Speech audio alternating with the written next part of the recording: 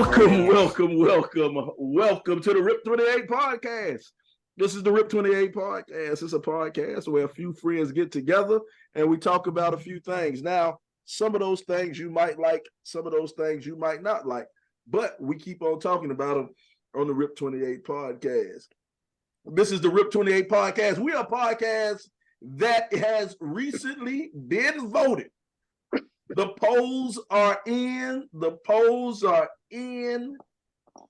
All single women between the age of 36 and 51 find this to be the sexiest podcast in America. You've heard it. They have voted and they have chose. They chose your people. All single women between the age of 36 and 51 have chosen. All the single ladies. Hey, Shauna. Hey, we have been voted on. When was the poll dropped? The poll was dropped. They said 9 out of 12 women between 36 and 51 feel that the Rip 28 podcast is the sexiest podcast. That's a good percentage, bro. That's a good percentage. Hey, don't hate. But as usual, we start off with the president. What's going on, El Presidente? C-Nez in the building as always. Like Austin Powers was that fat bastard? Like, I'm dead sexy. We the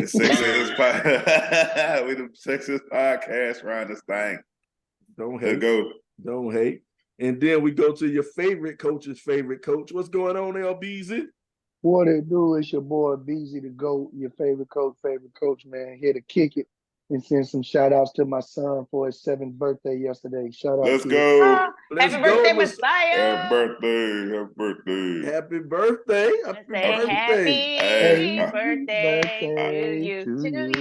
I'm gonna have to do like how our grandparents would do us. I'm sending them $7. I was about to say Hey, well, in this household, them sevens add up. Hey. You get $1 for every year. But I was counting 11 years. 11 more years. I ain't got to worry about him no more. He should be independent. Whatever. Hey, mom finna graduate college and she come right back to the house. Wait, you talking about the fugitive? All right. Breaking the law. Yeah, leave that alone. Hey, Chance, that song say, all my nieces above the law. All my nieces above the law. They don't gotta abide by no laws. They do what they want to do. What if y'all remember Belly, DMX, smoking weed, speeding? I ain't worried about these police. She on the lamb. Oh Lord. Well, y'all wow. And as usual, we have to recognize she's not really a guest anymore because she is our permanent co-host, optional host who comes in. And what we do, man, it's always a pleasure because we catch it straight off the PJ, man. I'm talking about she literally just got off the private plane, come in, looked at her bills, and said, "Here, somebody take care of this. This ain't nothing right here. They go ahead and get this out of my debit account Write the check. Write the check. Send the check." Y'all seen that bottle she was drinking? She just took that off the plane. None of y'all brokies offered to pay the bill. Cause you got it. The one and only richest friend we know, S. Commas. What's going on, S. Commas? Hey, people. How are y'all? We good. We just wish we had your bank account. None of y'all brokies offered to pay my bill. We didn't want to insult you. You just called you just called it broken, so you think we got some money to pay your bill. Exactly. Hey, Carl. We trying to make sure we got enough gas to go to work. Slide, tell her we didn't want to insult her by throwing around our little mere change. We had to band together. We had to put our money together to pay your bill. If anybody would like to contribute to my power bill before I sit up in here in the dark, please donate to Rip 28 care of Cobb. Whatever, man. Oh yeah, we do have the Cash App. The Cash App is still open. $ Rip 28 podcast. $ Rip the numbers 28 podcast. We trying to get Cobb, because if y'all don't put it to me, they gonna take my money. We trying to get Sean. We ain't We ain't gonna tell you if we get it anyway. I know. We are still trying to buy Shauna a date. So I ought to at least be up to $15 by now. Well, you know, we had to divert some funds to other places and take care of other things in the budget. And the RIP 28 studios needed some repairs. The RIP 28 office building needed some repairs, so we had to divert some of your date money to the office to the office studios. We got you next time. Yeah, right. Our audio visual staff and our IT staff wanted a raise. So, you know, we still got all this Pakistan money coming in. For those who don't know, we are the number 2 rated urban podcast in Pakistan. Number 2 rated urban podcast in Pakistan. So we getting all them rupees in. Much love to the Pakistanis. Shout out to all our people in Pakistan, man. We got fans everywhere. All of them. We well. I'm telling you, we loved everywhere. Unlike the world, people, Craig. Unlike some people, we are loved everywhere. Unlike our boy Charleston White. Charleston ran into some problems this weekend, ain't it? As for those of you who don't know, Charleston White depends on who you may ask, community activist or internet troll. Depends on who you ask. Ran into some problems. The boy Charleston ran into some problems on stage. He's actually a comedian also, but he took a L. Some boy, he was doing what he does. He was talking some trash, and some guys jumped on stage, and Charleston, in only Charleston fashion, hit the one dude with a flower with a flower pot. He was focused on one dude and missed the dude coming from the side. The dude from the side. He slept on my man coming from around the other side. No, my man from the side came through there like one of them pass rushing defensive ends, Untouched. Hey, Scott, he did the dip and rip and all. And somebody missed their block. Somebody missed their block. I think it was a setup. That left tackle said he been talking too much. Let me fall down. They double teamed the dude that he threw the plan at and missed my man from the edge. My man from the edge came around. Clear line to the quarterback. You Laker jersey wearing. He said, "Show me let me see your money." I already got my back in. Well, I don't care if you boo me.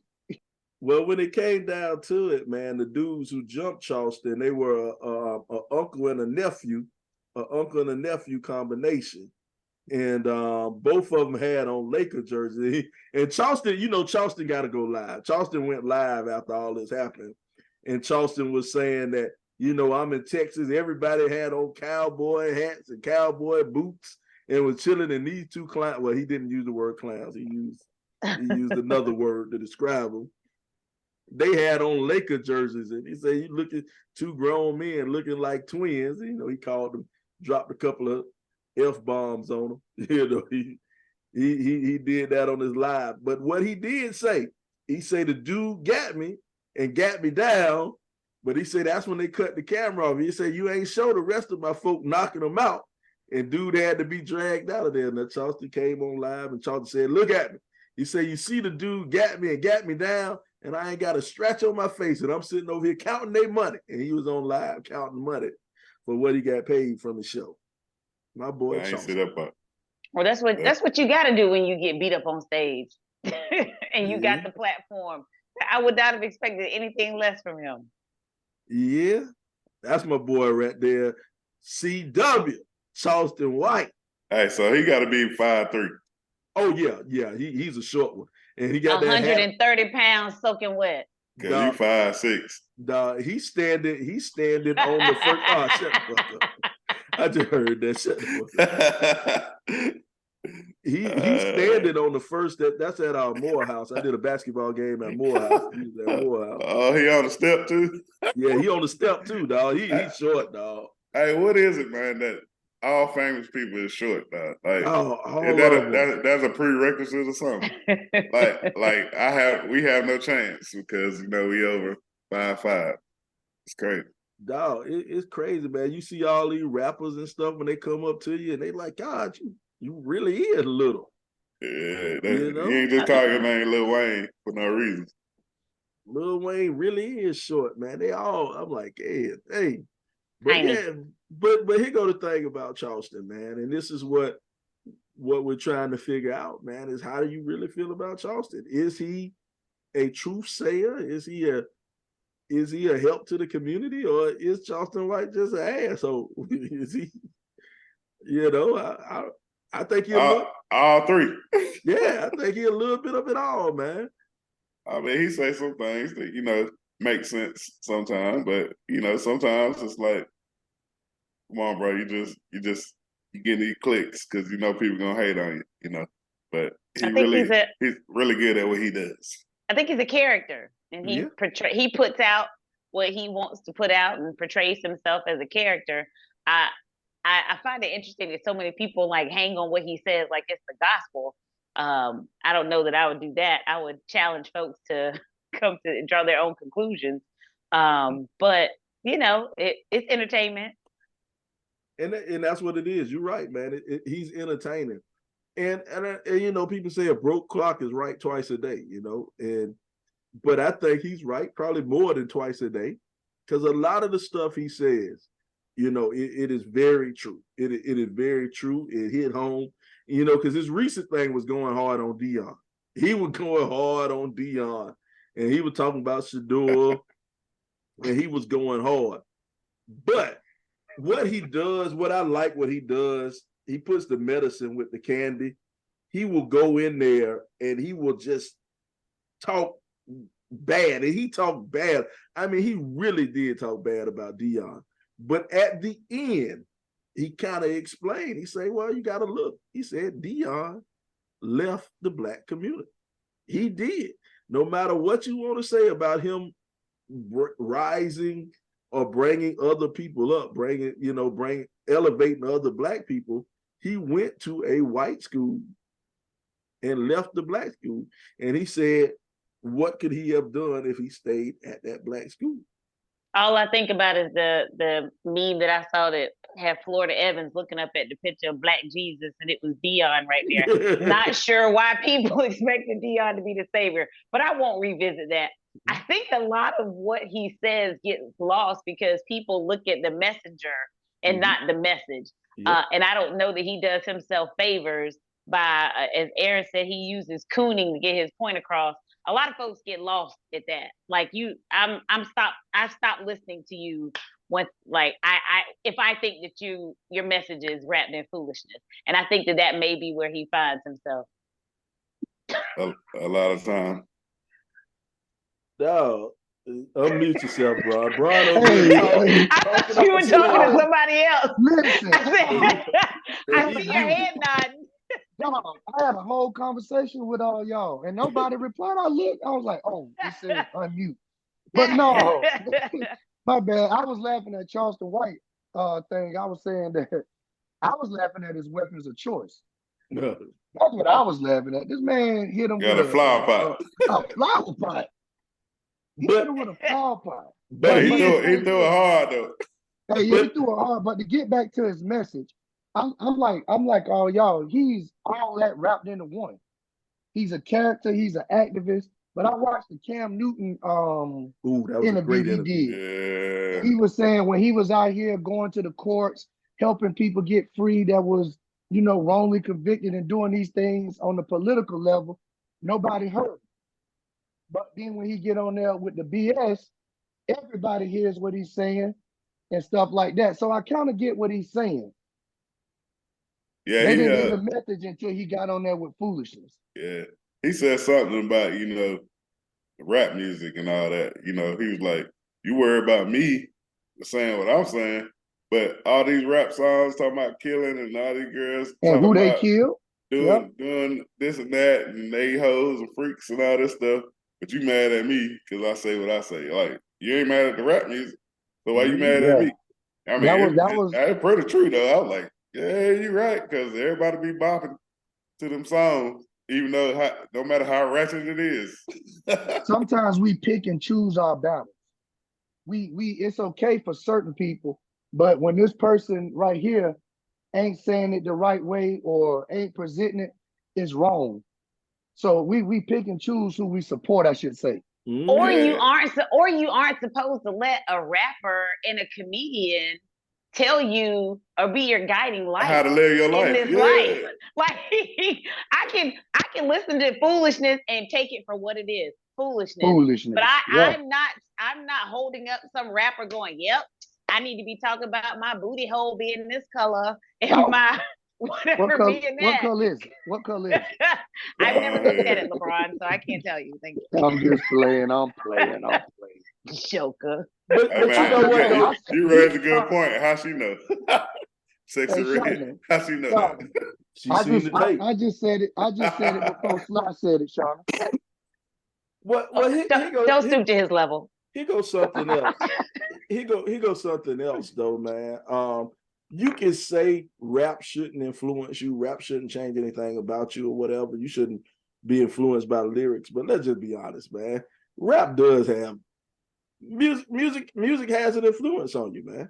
Yeah, music in general, yeah. Yeah, music in general, it has an influence on you, man. It makes you, you might not go out and do it, but you think about stuff. You know what I'm saying? Some of the stuff cross your mind.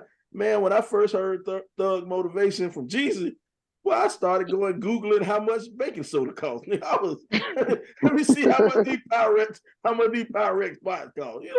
What's that recipe? But you can't get nowhere around baking soda and none of that stuff because it's gonna make you ashy. Well, they gonna know you got it. He already ashy. I'm about to say must be. I ain't saying all that, but I'm saying you get some powder around you, you can't conceal it. But rap does have, and people, you're naive to say rap doesn't have any influence on anything. Who said that? No one said that. Well, that's what people are saying in counter to that Charleston is kind of saying. Charleston is saying, how can you get mad at me for saying certain things about people and you don't get mad at these rappers when the rappers say worse stuff than what I'm saying? Right. How can you say I'm influencing people when rappers are saying worse stuff than I'm saying? Yeah, well, just think about playing sports or whatever. I wasn't no big listening to music for the game, but I witnessed a lot of people that they gotta listen to something to get them hyped up. You know what I'm saying, before the game and all that stuff. So they listen to the most craziest music they can, so they can be ready to go out there and kill. You know what I'm saying? So I mean, they use that as motivation to play football, and same thing regular people do in real life. Even though I'm like, come on now, it's just movies, TV, music, all that stuff is entertainment, not real life. And a lot of people don't understand that. A lot of people think it's real life. Like, these folks is rich. They live in the suburb. They ain't in the hood. It can have an influence on you. My bad, Carl. It can have an influence on you, but it's the point to when you get out here starting to try to go live their lyrics. That's the problem.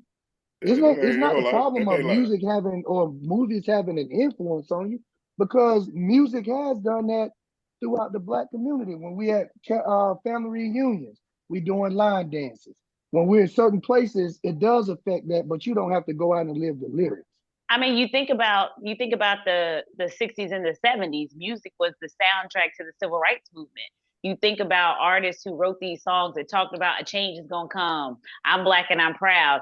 But again, it is, how are you letting this influence you? You think back to the 90s when they were talking about gang violence and people killing each other, and they were blaming it on NWA and they were blaming it on rappers. When you listen to this music and Maxine Waters and Calvin Butts are riding over our Tupac CDs, and they're crushing all these CDs because this is what's influencing them. And it really comes down to, like, do you take this and do you let it guide you? Is that your North Star? Or is it something that you listen to for entertainment?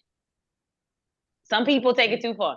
Some people listen to Jeezy and they really think that they about there, they mixing it up. And then Jeezy go get married and divorced, and now he done turned over a whole new leaf. And it's like that's not his life anymore. So when rap really first started, they used to say, you know, rappers was just reciting stuff that was happening in the real world. You know what I'm saying? And it was like, okay, I get that. But now it's like, I think some of these folks be making up stuff. Oh, yeah. But some of them, but some of them do really live that life.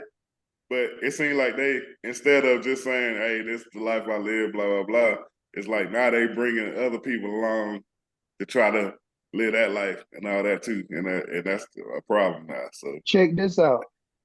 Freeway Ricky Ross. He took that man's whole lifestyle. Yeah.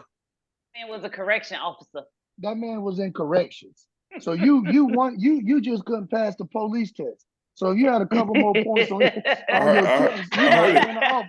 heard he used to work on roofs, so he was a roofer too. Yeah, but so when did all this cocaine moving and dope slinging come? We can't be so impressionable that we just go out and lead these lives that we ain't built for. I listen to Rick Ross before the games. You'll see me with my beats on. But I ain't finna go out there talking about I'm getting in no kitchen mixing up no baking soda and Coke. No. That's just for the moment. But also once I think that field, I'm still Coach LB. I ain't Freeway Ricky Ross. But I think that might have a little bit to do with age too. I went to college. I'm educated. It got a little bit to do with age too. You got to look at it this way too. We grown now. You know what I'm saying? So we understand what's fake and what's not fake. We understand that you can't be, you know, you ain't we still know some old folk trying to break into the rap game though. Oh yeah. We all know some that's still trying to get in the game. Yeah. I just seen one of our classmates. Somebody got a mixtape. Oh man, come on. Well, school. Did you buy it? Did you buy the mixtape? No, ma'am. Hey, how much? I didn't want to be led astray. My car don't even have a CD player. For real? How much mixtapes go for now, bro? I don't know. I wasn't buying it. I told man I ain't even got no cash, man. I know it used to be like $5, probably $15. Mixed MP3s now or something? Like what you I don't know what they got. Take this flash drive. Got old jump drive. No, you gotta touch your phones together on the cloud or whatever. Yeah. Man. Get my Spotify playlist. Man, ain't no way. You got to do an airdrop. That's what it is. Hey, instead of wasting time on their mixtape on Spotify, what they need to do is go check out the world's greatest podcast on Spotify. Don't waste your time with no mixtape. If you come on, somebody. You on Spotify? Go ahead. Go to Spotify. Spotify is free. Go to Spotify, download the app, make sure you save or you follow the Rip 28 podcast because we everywhere, bro. Where else can we find it? Where can they find it, bro? Look at that drop. Look at Braun hit that drop and everybody on it hit that drop. Man, I ain't talking about that drop that them rappers talking about. But you can find us on Spotify, as we said, Anchor, Podbean, Podbay, Apple iTunes, man, wherever you can stream a podcast or these weak ass mixtapes. Hey, and at least 50% of the time we talking about something positive. You know, the other 50% we might be ratchet just like the rappers, but we do got some positivity. It's a toss up on the other 50%. Somebody gonna at least say something that makes sense. Eventually, every third comment. No, you giving up too much credit, dog. Sun shines on the dogs behind every once in a while. I did say 50%. I did say 50. 50. Oh man, y'all but crazy, you know what? dog. But I like what you do say. I like what you're saying, man. That we try to make sure that we give some Jews and some just give some knowledge, man, some advice to people, man. Because I think one of the things is, man, with us three being fathers, we try to impart certain things of wisdom to our sons. And one of the things that kind of caught my eye, man, I was reading Thomas Niles. We had Thomas Niles. You check our archives, conversation with the fire chief. We had him on the show, but he put a post about saying that you should tell your sons when they talk to somebody, they should look them in the eye when they talk. or when you shake your hand, make sure it's a firm handshake, man. What are like some of the little things, man, you drop off to your boy when you talk to your boy? Because I think that looking people in the eye is huge. It's huge to me, man. When you talk, look a man in the eye when you talk to him. So am I excluded because I don't have a son? Well, because you're not a man. Mother or father.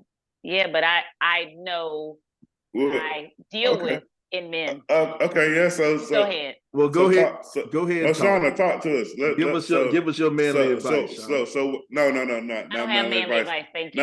Not manly advice. You got a chance. Go ahead. You got it. What do you think is important? You got it. For a young man, like you work at a college. You work at go a ahead. college.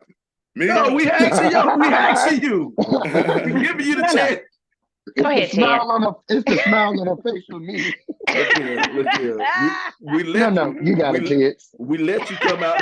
We let you come out the kitchen, so now you got a chance to talk. Now. Don't do this in front of all 5 people on Facebook Live. Hater, boy. I'm just looking at the numbers, Pippin. Don't do that. It's early, man. All our Pakistani people come in on the rewatch. Get the numbers. We get the numbers up on the rewatch. Yeah, it's 8 hour time. The time difference. They sleep. They sleep in Pakistan right now. You know what I'm saying? Or they at work early morning or something like that. But yeah, man. What advice, man? Like I can say for me, when I talk to somebody, because I in my field, I have to talk to a lot of people and interview people or whatever. And it's like, if I see you looking down to the ground or constantly looking away from me, first of all, it's a sign of weakness. I think it's a sign of weakness. And then it's like, yo, man, just be a man. Look at me when you talk to me. Look me in the eye. My thing is, only one can look you in the eye is my son. Everybody else too talk, look you in the eye. So looking down on you. Yeah, they see that shiny head. Patting him on his head. I am that's 5'10" okay, and a half, bro. Just because y'all 6'3", I'm 5'10" and a half. With Morris Day stilettos on. No, I wear my boots. I'm a legit 5'11" and a half. We love you in regardless. But what's one of the things though you could drop off though? You would drop off to the people. To me, like you said, look somebody in the eye. It's about being confident. Like my kid, he's 12 now. So 3 years ago was COVID, and then we ended up moving to Atlanta at the time. So we was in Arkansas, they was at home going to school, and then when we moved here, they were home, just on the computer. So they didn't really have people interactions, you know what I'm saying? So I think, my kids at that time lost a little bit of that, being social and learning how to deal with people type thing. So like right now, well, not right now, but for the most part, I don't see that dude unless I go in his room and go talk to him. He's just in the room on the game, on the phone. I mean, that room stink too. No, he actually all right with that.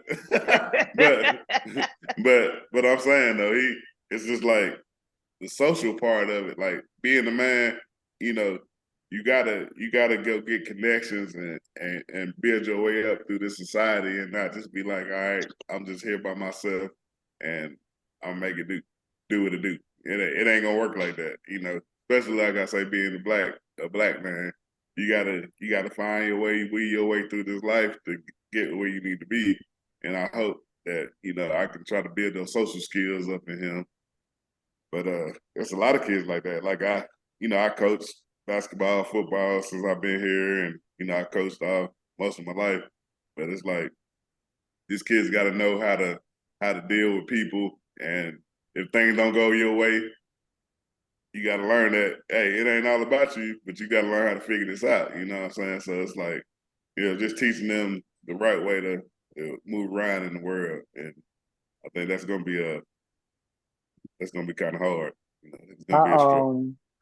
In addition to shaking somebody's hand firmly, looking them in the eye, I always teach my son respect. I always teach him to respect people. Now, if they show you that they're not going to respect you, we also teach you how to deal with that. But my first thing is treat them with respect, everybody. Give them the respect that you would want, and see how it goes. And another one is don't judge every book by a cover and what other people have done. So, and that goes along with respecting everybody. Mm-hmm. Yeah, I got to get on slide about that sometime, because he like to say all women, all men do this, or all black people do this, or all white people do that. I'm like, nah, it ain't like that, man. Well, I don't say all black. I am guilty. And you get on me about. I do say all women. I say that a lot, and I'm guilty of that. I got to correct that. But I don't say all black. I tell the young people that I work with, particularly the young male student athletes that I work with, I tell them, when you introduce yourself to someone, give your first and your last name. Your name is who you are. So when you're shaking hands with someone and you introduce yourself, you shake hands, you say, I'm Chance Nesbitt, so that they have that information when they're addressing you. Because folks, particularly our less melanated people, they like to call you what they want to call you. So no, I'm giving you my full name, and this is what you are to address me as. So you talk about respect. I am going to make you respect my name, because my name is my name. So that's one of the big ones. And LeBron mentioned firm handshake. I tell all my student athletes come in, I'm like, when you are introducing yourself to someone and you're meeting someone, you give a firm handshake, because that's the first thing that someone gets when they are meeting you. And when that handshake is soft, they're probably going to think you're a little soft.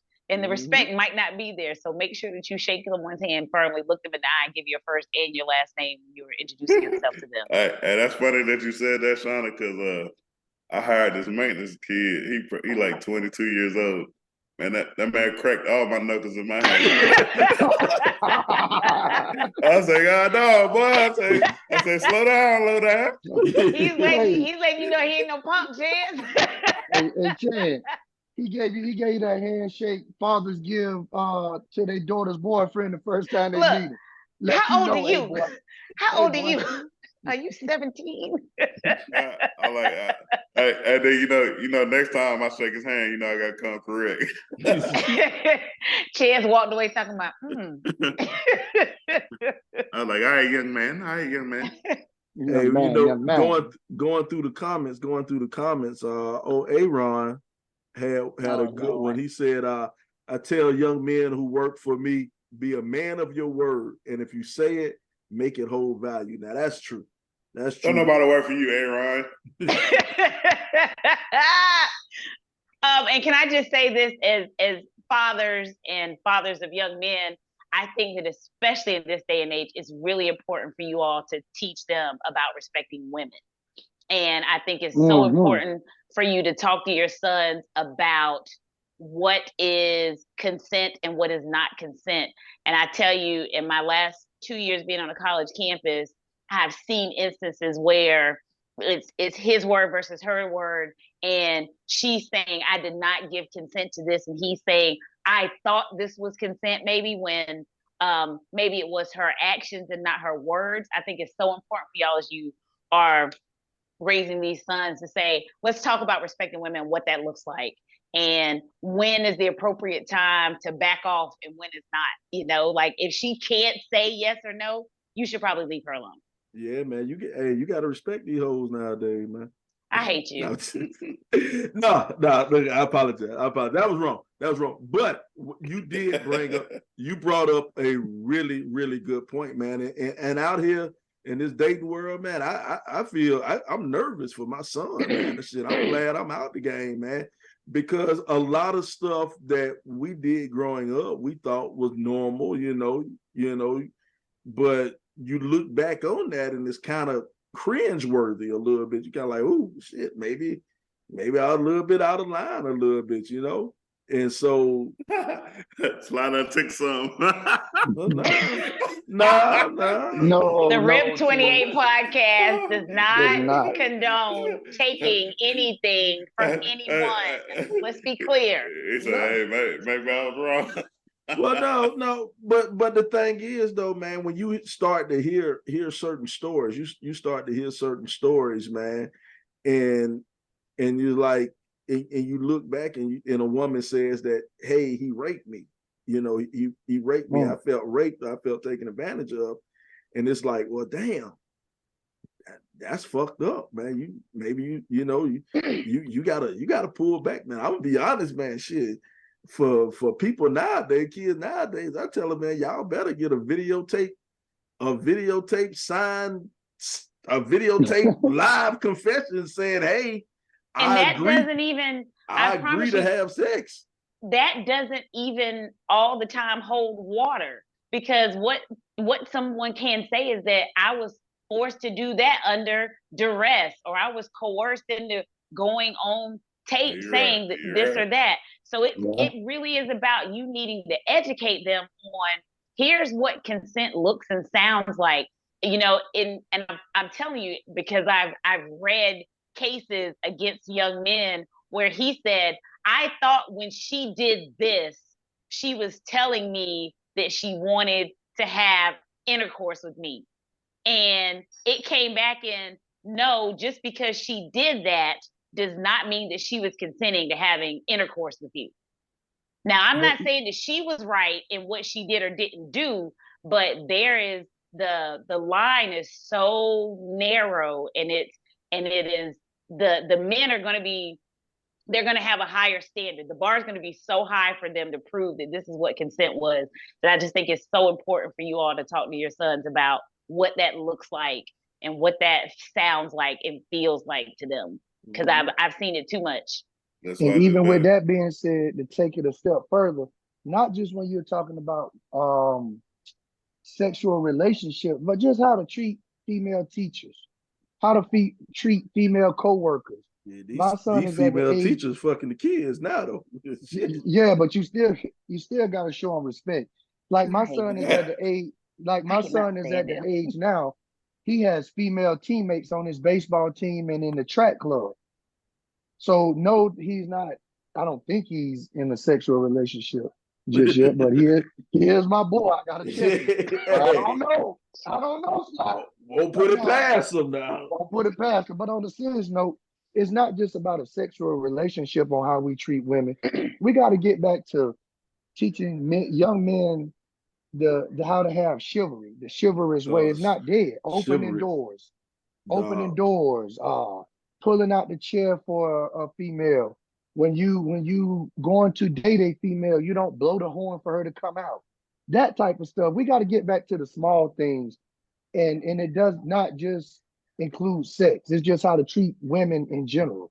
But you have to model the behavior. You have to model the behavior too. As active fathers, it's important that they see you doing that for your significant other. For a woman in the grocery store, you go ahead, ma'am, you go first. You know what I'm saying? It's things like that, because pick up on what they see. So you've got to model the behavior for them to go, oh, this is how I should treat X, Y, and Z. I should treat Y, yes. And you know one thing though, I ain't gonna lie.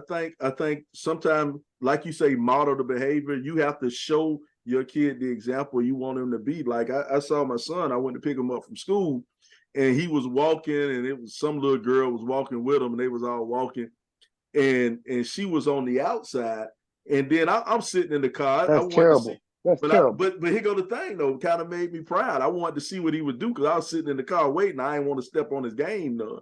But then I noticed he kind of grabbed her and ushered her to the inside while he was walking on the outside of the sidewalk, and it kind of made the old man smile. I was like, yeah, I done told him something. I wasn't talking about Cam now. I was saying to have a woman walking near the street is what I was talking about. Well, yeah, no. That's what I'm saying. He was walking with he was walking with a little girl or whatever, and he kind of, she was on the outside when they came out the building or whatever, and then he kind of he moved her to the inside, and I don't know what he said, but but he made a point. Hey, you're making me look bad in front of my over there. No, he's smooth, so he probably whispered something in that ear, something sweet. Like, hey, it's my place to be over there. Just slide over. He didn't get that smooth from his daddy. I know he did. No, he learned it from his uncle. He got it from Uncle Bron. He got it from Uncle Bron. He got the gentleman from me, but the smoothness he got from Uncle Bron. But I'm gonna tell you something else. Going along with how to treat mothers, we have to model the behavior that we want them to see, how to treat women and their mothers, even if we're not together with their mothers. It can't be, I ain't together with her. I ain't got to treat her with respect. Well, that same respect that you show his mother because you're not together with her is going to be that same disrespect he going to show other women, and he's going to have problems. You're so right you about have to that. model that all of the time. That's a 24/7 thing. In home or out of the home, fathers. You're right about that, man. I do got one thing to say though. I think I'm a very good gentleman, and I try to teach my kids and all that. But the one thing I don't understand is that one of y'all just started talking about okay, if we walking down the street, I gotta stand on the outside.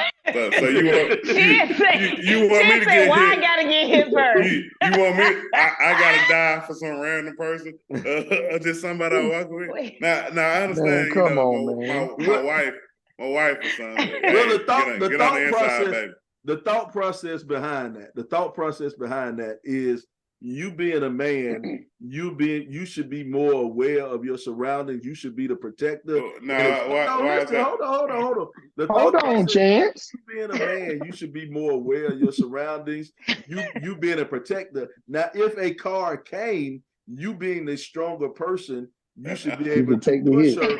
Not take no hit. See, that ain't right. I got a big ass, but it ain't a bumper. You know what I'm saying? That's being disrespectful to the women, saying that they don't notice the car coming behind. You know what I'm saying? You know, like only we do. What we trying to tell you in so many words is you big enough to take the hit. It's like a car hitting a car. So that's what we trying to tell you.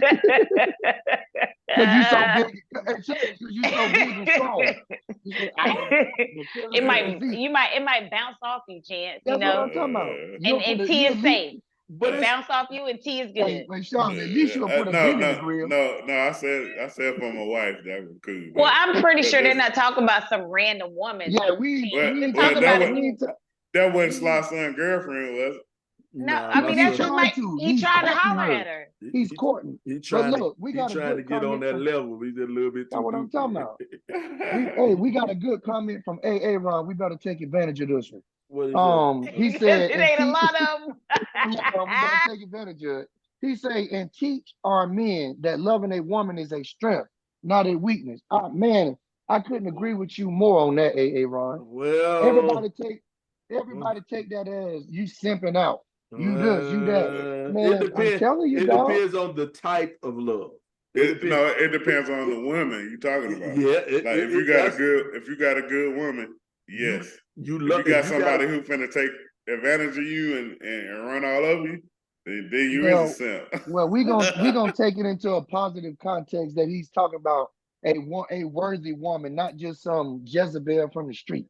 Because now, let's be honest, man. You know, that sounds good. It sounds Jezebel. good. It sounds good. In theory, it is good. But we all know some simps out there. We all know some dudes who love just a little bit too hard, too quick. But what makes them a simp? You know what a simp is. It's like I heard a dude say, I don't know. Shauna. I don't know what's the difference between. I don't know if when he was looking at a picture in a museum and somebody said, is that porn or is that art?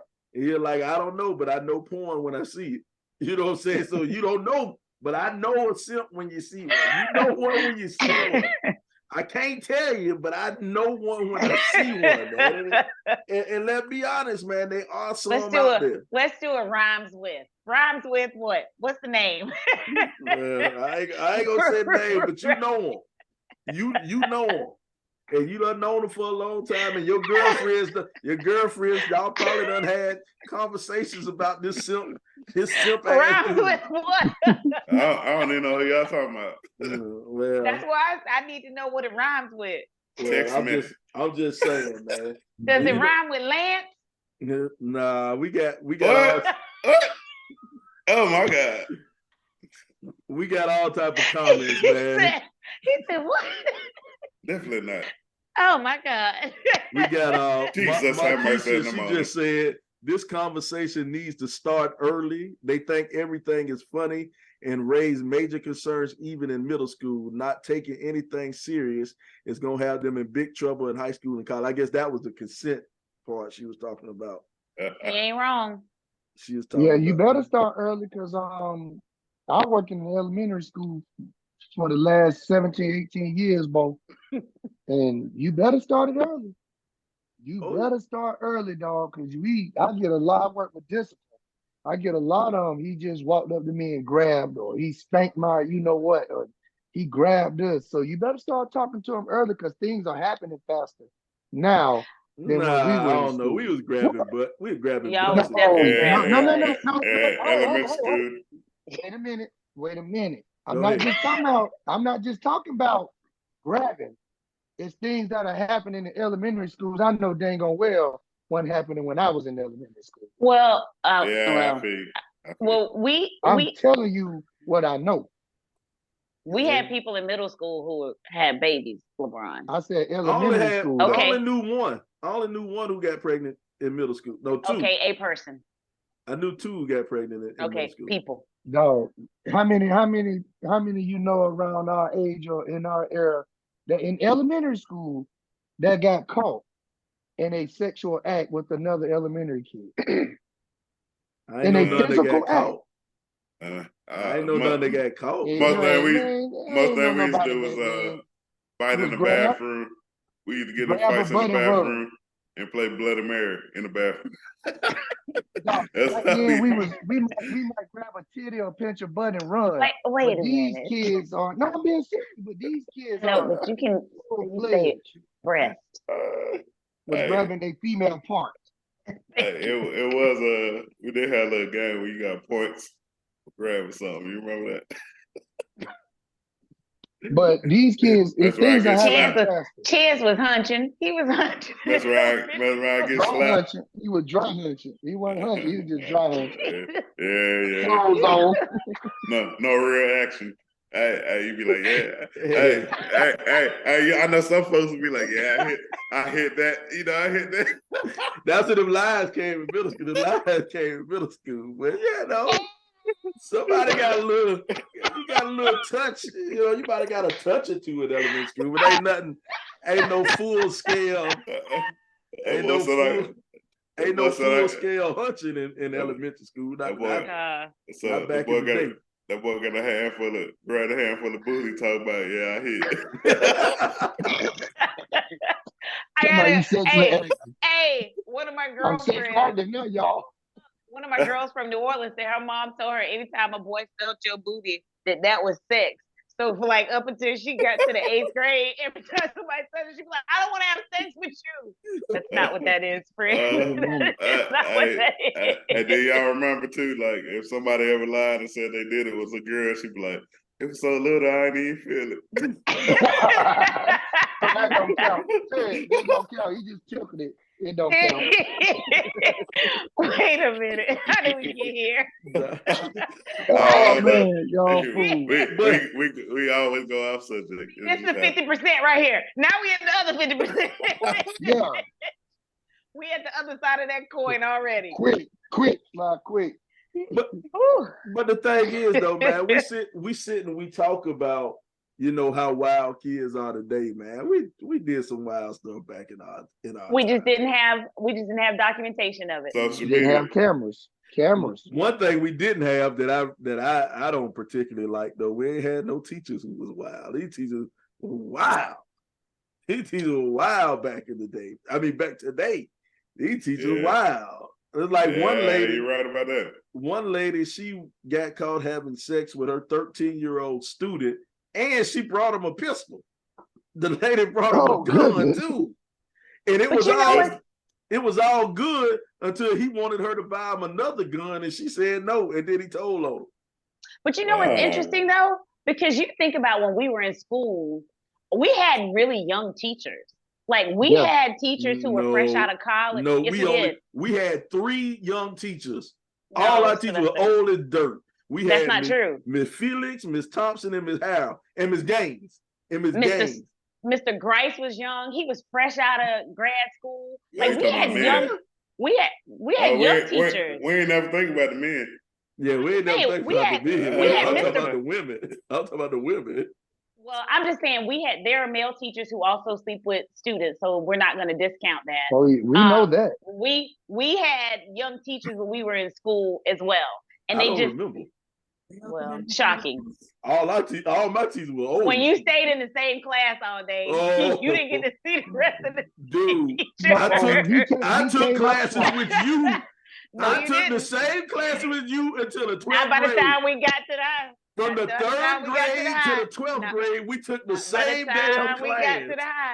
We took the same damn class from the 3rd grade to the 12th grade. Me and Shauna took a class in the 5th grade, then you were just in her PE class. Just PE. I was like, y'all gotta do homework. I was like, send me back to the regular class.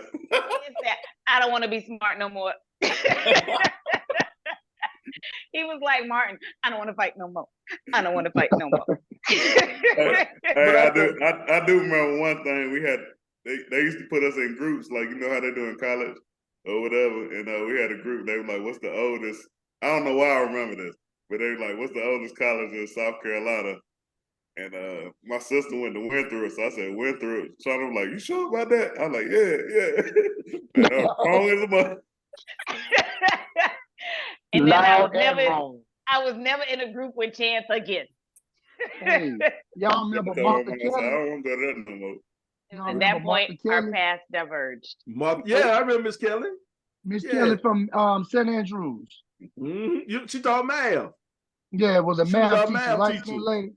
Anyway, I had just came from ISS, and back in the day, you could go in the cafeteria with old Richard. So they wouldn't send that letter to your house. They wash the dishes and work in the cafeteria. So I came in math class and I was late. And she got on me or whatever. And we was talking about equations and all that. And I yelled out the wrong answer. She said, "Now, Mr. Brown, I don't mind you being wrong, but you can't be loud and wrong. You got to pick one." I said, "God, you don't cut me down." She told you to pick a struggle. Bro. You know what I immediately felt like? I felt like Chance when he on the podcast with us three. He know he in the bottom of the barrel when it comes to that.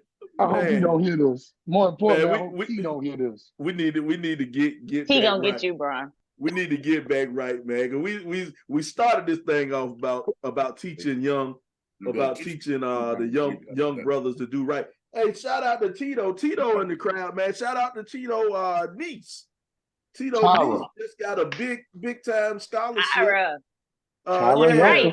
Veronica. Yeah, Veronica baby just got a big time scholarship, man. Shout out to Tito niece and Veronica daughter, showing that she can overcome bad genes and be smart. Wait a minute. I was gonna say she should show you what she could do in spite of Tito being her uncle. Hey, Tito, I got people at Rice. Tito, holler at your girl. I got people down there. Hey, talking about gap tooth. Gap tooth. But yeah, man. But we did start this thing off about dudes teaching dudes, to respect women and teaching them at a younger age, man, about consent and stuff like that. Because you got a lot of kids now. I mean, well, not now. I mean, always young bucks who want to be players, man. And it's cool to be a player. It's cool to be a ladies' man or maybe a man whore. But I think one of the that's cool. Well, that's one of the big questions, though. Is it a difference? Is it a difference between being a ladies' man or being a man whore? Are they kind of the same thing, or are they a different thing? And that's like a huge kind of question or a huge thing. Is it a difference between the two? And what kind of brought that up? Because we was watching, movies or whatever, and I was watching Boomerang. And as I was watching Boomerang, they kind of portrayed Eddie Murphy, his character Marcus. He was a ladies' man. But then when you watch a movie like How to Be a Player or A Thin Line Between Love and Hate, Martin character Donnell, he was kind of a man whore. And my thing is like both of them was getting different women, and getting, different women, are they the same thing? Is it a difference between a ladies' man and a man whore? I mean, I think we should let Shauna lead off. Yeah. We shouldn't know. Well, I gotta lead off. It's interesting because I think that there is a difference, but I also think that a ladies' man could be a man whore. Like a ladies' man, as I have traditionally thought about it, I've spent a lot of time thinking about it. Yes, when I hear people say ladies' man, it's somebody who is charming and ladies find him attractive and are drawn to him, right? Like he's got something about him that he got that smile. He might have them hazel eyes or something, but the ladies like him. A man, perception is reality.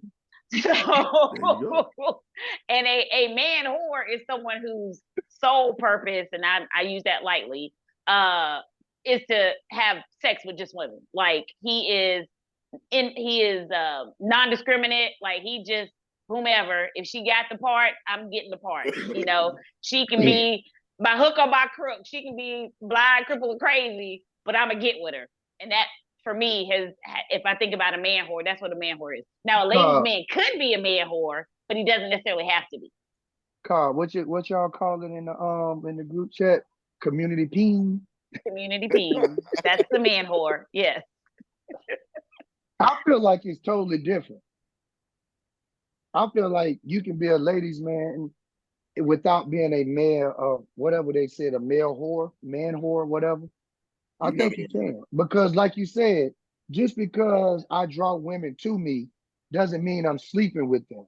Right. And it could be, and you could not be doing anything to draw these women because you smell a certain way, because you dress a certain swag. way. You got swag. You got that BDE, and women are drawn to that BDE, and it's like, he fine too. And it could be because you're educated. Like you wouldn't know. You wouldn't know. Chad, big energy. Hold on, did Chan say what is BDE? He said I wouldn't know. You don't ask, you don't know. Because it's in you, not on it. It's in you, not on it. So you ain't got it. Don't worry about it. You ain't got to worry about that part. That part excluded you, Chad. What they say, if you got the ass. If you know, you know. If you know, you know. But it's interesting though, man. When you look at those characters, when you look at those characters, and we just using the characters from Boomerang and from Thin Line Between Love and Hate, Marcus was a player, and Marcus was out trying to get booty. You know what I'm saying? He was out trying to get booty. But I think the difference comes down to the better looking you are, you may be considered a ladies' man versus a man whore. You know what I'm saying? If you a super fine guy, he's a ladies' man. If you average looking brother, you out going getting cooch, he's a whore. He's just a man. But can you doing the same thing? Can average looking guys be ladies' men? According to Shauna's definition, they can't. No, I didn't say. She didn't say there's that. something about this man that draws women to him. So if you ugly, but you got a good personality, we've all seen them dudes. You're like, how you pull her? How you pull that? He got to slide. Somebody ask you that. How you get her? You got a halfway decent personality. Look, that's what I was going to ask. I was going to ask, how you get my kid? No, man, that ain't my bitch. That ain't my bitch. Sly has a very large penis. And here's the 50% right here. We've now entered that. That's the 80% coming from that food. That's ashy and crusted. Don't nobody want that. Sly said it might be ashy and crusted. As long as it ain't bumped up, it'll be okay. Wait a minute. I thought about saying that, but I ain't gonna do him like that. Don't do that to me. Don't give him the bump. He need penicillin. Ew. Nah, don't do that. Oh, don't give him that, y'all. Y'all tripping. Not the kid. God. But so Sly, was you a former man whore? No, I'm saved. I only had sex with one woman. Man? Yeah, man. I only had sex with one woman. My ex-wife. That's no. What about you, Brian? That's the story we telling? Okay. That's what I'm sticking with. Brian, was you ever in one of them situations? No, nobody never wanted me.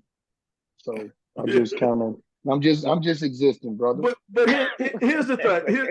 Here's the thing. I do believe that's my lie, and I'm sticking to it. That's the story we telling tonight. I do believe in my day, long time ago, I was a charming guy. You know, I wouldn't be considered your traditional beauty. You know, I'm glad he understands that. Heartthrob, never. Black and ugly I wouldn't be considered. I do give you mad respect, dude, because I think that. No, you like, no, I'll be quiet. No, but back in my day, long time ago, you know, I was a charmer. You know what I'm saying? I charm women. I got a good personality. Women like me. I'm funny. You know what I'm saying?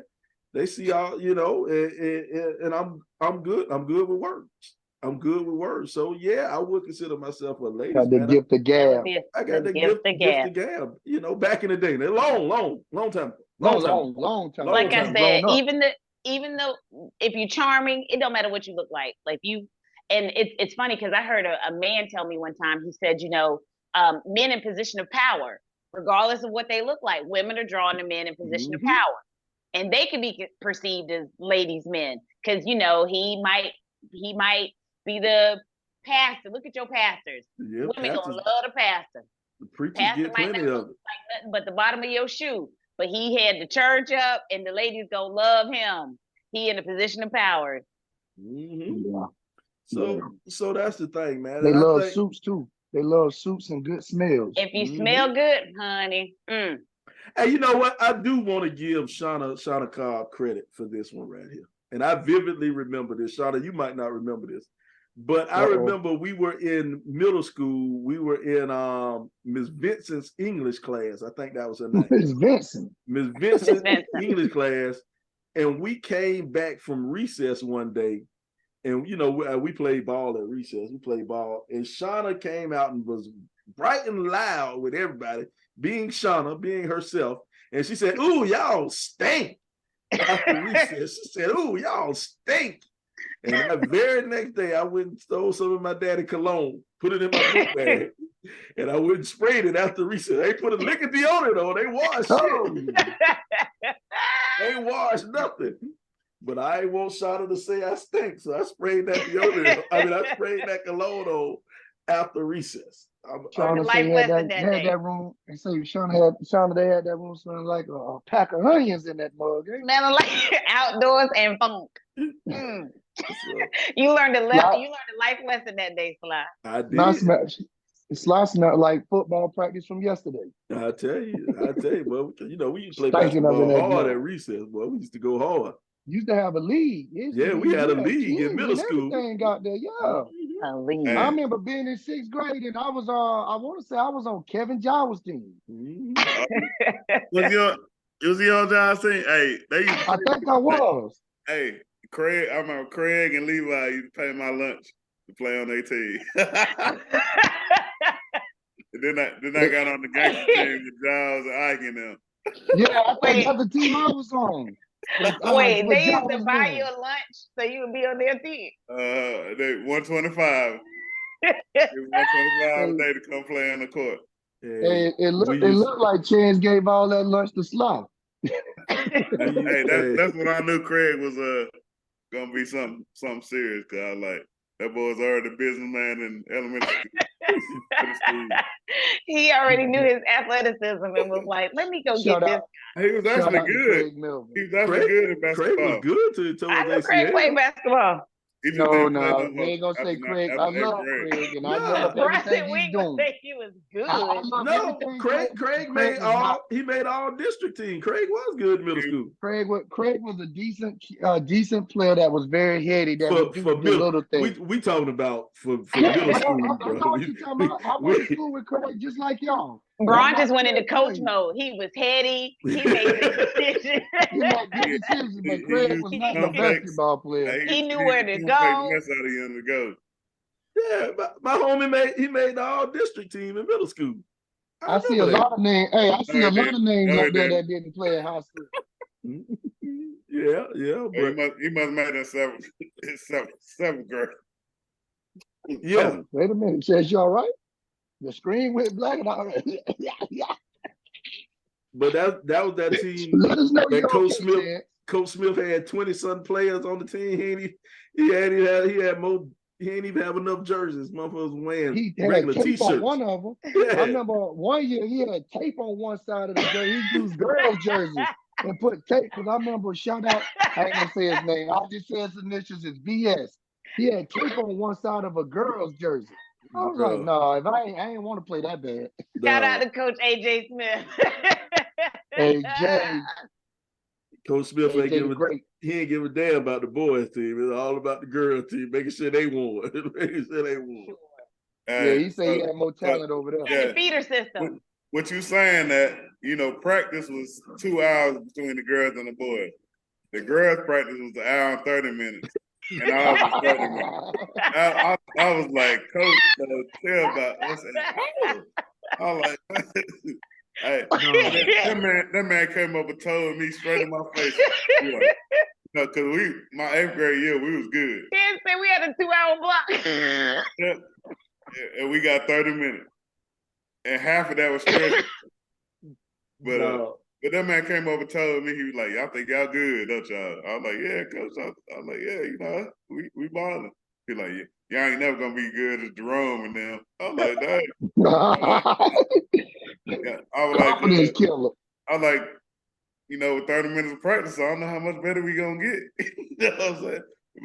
But we end up our seasons from 10th to 12th grade, we was way better than they was. I still remember though when Hand beat y'all 60-6.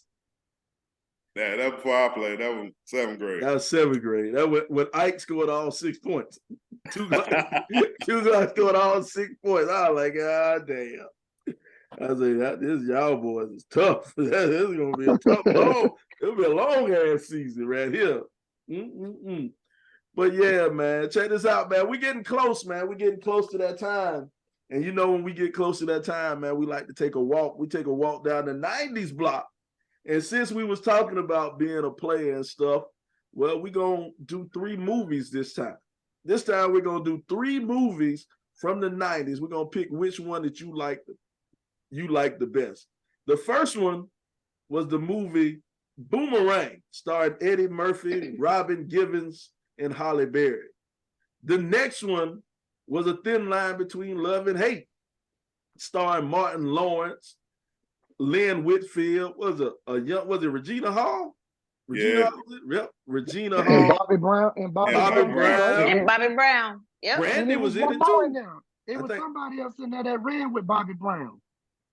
I don't know. Who was the dude that with the club that when they was trying to do the club? Pierre was in it. Yeah, there you go. Pierre was in there. Pierre. All right, so that's A Thin Line Between Love and Hate.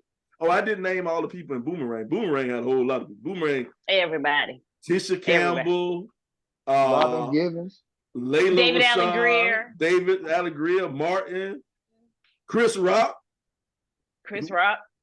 What's Strange? What's her name? Grace Jones. Nelson George was in it. Yeah. There was a lot of bunch of people in Boomerang. And the last one was Def Jam's How to Be a Player, starred Bill Bellamy. Oh man. I don't even remember who I was in How to Be a Player. I just know it was Bill Bellamy. What was his sister name? I can't remember the little chubby girl. But she was Natalie Desselle. Natalie played in Baps. Baps, she played Baps. Yep. She had a lot of stuff in the 90s, man. She did a lot of work in the 90s, man. I wonder whatever happened to her. I ain't seen her in years. Passed away within the last 2 years. For real? Wow. I didn't know within the last 2 or 3 years, passed away. Yep. Wow. Get out of here. R.I.P. to her. Whatever her name is. Natalie Desselle. Natalie Desselle. She just said it 3 times. My bad. I don't be paying Sean no attention. Sean talk a lot. But yeah, which one? Talk a lot. Shauna, we'll let you go first. Ladies first, since we're gentlemen. Oh, tonight. On the strength of this, On the strength of the soundtrack alone, I'm going Boomerang. Oh yeah. Just on soundtrack, not Just alone. I mean, you're right so about I that. didn't even name John Witherspoon. Yep, You know, he killed his role in Boomerang, but the soundtrack is one of the best ever. So I'm definitely going Boomerang. PM Dawn, Tony Braxton, Love, Another Sad Love Song, Love Q-Tip, Babyface. Q-Tip. And how can you not forget the greatest song of all time, End of the Road? End of the Road was on that soundtrack, man. That part. No, Boomerang, that may be the greatest movie soundtrack. Huh? We ain't about best soundtracks. Well, yeah, but she said based on the strength of the on the strength of the soundtrack. Come on, 175, keep up. I'm gonna go with Boomerang. 62, man. I'm gonna go with Boomerang too. And something else about Boomerang that I loved about Boomerang, man, and a lot of people let slide or don't notice about Eddie Murphy. When Eddie Murphy does something, it's always all black, especially in them 80s and the 90s. Everything Eddie Murphy did, man, he kind of put black folk in power positions. If you look at it, it was a fictitious company, a makeup company, and it was an all black company. You had black executives, black people in power positions, man. That's what I love what Eddie Murphy does, especially what he does for black folk. You know, he ain't out there marching on no front line, you know what I'm saying? He ain't out there at no protest, but he put black people in positions of power, and that's what I love about Eddie Murphy. Now, he take a lot of roles from black folk because he acted every character in the movie. But other than that, though, man, I appreciate that about Eddie. So I'm going Boomerang. What about you, C-Dez? Man, Boomerang is third for me, actually. Ooh. But, you know, Thin Line Between Love, hey, Martin, it was good, man. You know, he had Bobby Brown up in that thing too. they like brothers up in there. But you know, just the whole storyline to me was pretty cool. I mean, you know, they don't get the bigger budgets as the big producers whatever companies or whatever. But I thought that was a good movie. And I thought he portrayed he portrayed the whole thing pretty well, you know, being a player and then getting one crazy girl or whatever, you know. So I'm gonna pick that one. His sister, who you said you picked? Bill Bellamy? No. He did Thin Line. Man, his slow talking ass, I ain't know what he did. Speed up, get to the point. Hey, I fell asleep. Yeah, Mr. 172. Boomerang was last, and then he went to Thin Line. I'm with you, Chance. Yeah. Barely. But I'm with you. I thought Thin Line was gonna be number 2 because if he said Boomerang was last, then he went to Thin. Hey, to be honest, I forgot the third movie. Oh God, this How to Be a Player, man. That's why I was like, who he said, Bill Bellamy? But anyway, let's go, LeBron. Yeah, thank you. Let me go. I'm gonna go with Thin Line Between Love and Hate 2, Niz. My boy Martin in there, man, when he was going horseback riding and all that. I like it. It was just funny. So I'm gonna go with that. And I like the role Lynn Whitfield played too. So I'm gonna go with a thin line between love and hate, not using so many words like Chance. She was cuckoo for Cocoa Puffs. You know, Lynn Whitfield, you know, she's underrated. I don't know if she's underrated, but she is underrated. She's actress. Underrated. She's underrated. She still do it. I think what was she in and still look good too. She was in The Shy, wasn't she? That's her last role I think she's in. She had a part in The Shy. Mm-hmm. I think y'all don't watch The Shy. She still look good too. Yeah, she still look good, man. She got to be 70 years old, man. Yep. And then when we talk about people, the actresses that have aged gracefully and stuff, we don't put her name in there as we should. No, you're right, and it should be. Really? I feel like people acknowledge her. Well, you might be more of a movie buff than me, so I'll defer to that. I mean, I don't know. I feel like when people think about Angela Bassett, like she gets named. Yeah, she gets she's first. In that Angela age. Bassett goes first. She usually Angela Bassett in a lot of them, but I don't hear Lynn Whitfield name come up as much. That's fair. You know, so I just think she's a beautiful actress, and she's always done well with her roles. Yep. Mm-hmm. I liked her in Greenleaf too. God, she played that role in Greenleaf. Oh, she played that role. She played that role in Greenleaf. Yes, Lord. We might need to have a Lynn Whitfield appreciation moment, man. For real, I'm with that. That's not a bad idea. Like Samuel. Yeah, we get our big time Samuel L. Jackson appreciation moment. That's not a bad idea. We might need to do a Lynn Whitfield appreciation moment, man. Oh, well, we'll say that for another episode. Wait, well, we getting close to the time. So that's another episode of the Rip 28. We got any parting shots? El Presidente, anything to say before we get out of here? All right, since I talked too long last time, I ain't really got nothing to say. All right. LBZ, anything to say before we get out of here? No, man. Like I said last week, the holidays coming up, man. Let's be kind to each other. Reach out to somebody that may not have access to the things we have, man. And let's be kind to people, man. Let's be kind. All right. And our esteemed guest, S.Commas, anything you need to say before you get out of here? Love on your people. It's like LeBron said, it's the holiday season. Check in on folks who may have recently lost family, lost friends, lost loved ones. First are really tough for people who are grieving. So check in on people and see how they're doing during this first holiday season without a loved one. 25th are hard too. So just check in on your people. Love on your folks. I'm glad you said that, man, because we talked about teachers a little bit earlier. We always give shouts out to Coach Hook, because Coach Hook is our man, 100 grand. Well, this time, man, I'll give a shout out to Coach Kelly. Coach James Kelly, man, one of my favorites of all time over there at Columbia High. Just show a little bit of love to Coach Kelly. But first off, hey, thank everybody for joining us once again. This is the Rip 28 podcast. It's a podcast where a few friends get together and we talk about a few things. Now, some of those things you might like, some of those things you might not like, but we keep on talking about them on the Rip 28 podcast. Hey, I don't have a quote this week. I ain't look it up. Other than that, we'll see you next week on the Rip 28 podcast. Back in the day when I was younger, hunker. Say what? He was trying to rap a little bit of that Outcast, looking to fit my belly.